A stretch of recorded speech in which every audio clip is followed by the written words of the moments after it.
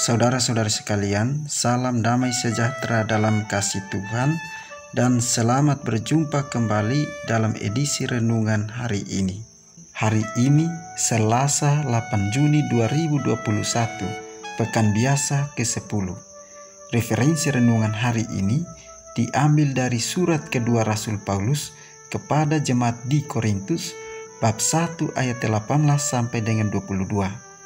Dan bacaan Injil diambil dari Injil Matius bab 5 ayat 13 sampai dengan 16.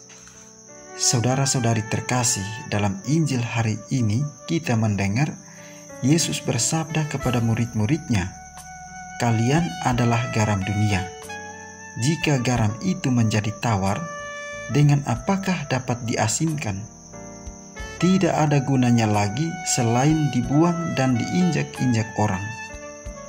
Pesan Yesus ini mengingatkan kita bahwa kita dipanggil untuk menjadi garam di tengah banyak orang yang tak punya asa untuk bertahan. Kita dipanggil dan diutus kepada mereka yang memandang hidupnya hambar atau tidak bermakna. Demikian juga bagi mereka yang tak punya gairah untuk bertahan dan tak punya harapan untuk bangkit. Kita menghadirkan diri kita sebagai garam yang sedikit banyak dapat menambah rasa atau harapan dalam hidup mereka. Saudara-saudari terkasih, garam dan terang merupakan dua hal yang biasa kita jumpai dan kita alami dalam kehidupan sehari-hari. Yesus menggunakan istilah garam dan terang untuk menunjukkan intisari para pengikutnya. Oleh karena itu, pesan yang disampaikan Yesus kepada kita para pengikutnya melalui bacaan Injil hari ini ialah menuntut agar memperhatikan beberapa hal sebagai berikut. Pertama, untuk memberi rasa pada dunia yang telah menjadi hambar karena orang tidak lagi hidup dalam kasih. Maka salah satu tugas utama kita para pengikut Kristus ialah menjadikan dunia saat ini sebagai tempat tinggal yang aman dan nyaman. Membangun dunia ini menjadi suatu komunitas yang dijiwai dengan hidup saling mengasihi dan hidup dalam damai. Kedua, para pengikut Kristus dipanggil dan diutus untuk menyelamatkan dunia dari kebusukan dosa.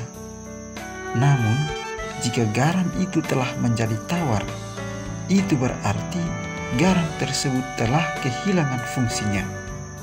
Jika demikian, maka garam itu tidak berguna lagi. Pengikut Kristus yang telah kehilangan fungsinya juga tidak ada gunanya lagi. Saudara-saudari terkasih, Yesus menutup ajarannya dengan bersabda, "Kalian ini cahaya dunia, maka hendaknya terangmu bercahaya di depan orang, supaya mereka melihat perbuatanmu yang baik dan memuliakan Bapamu yang di surga."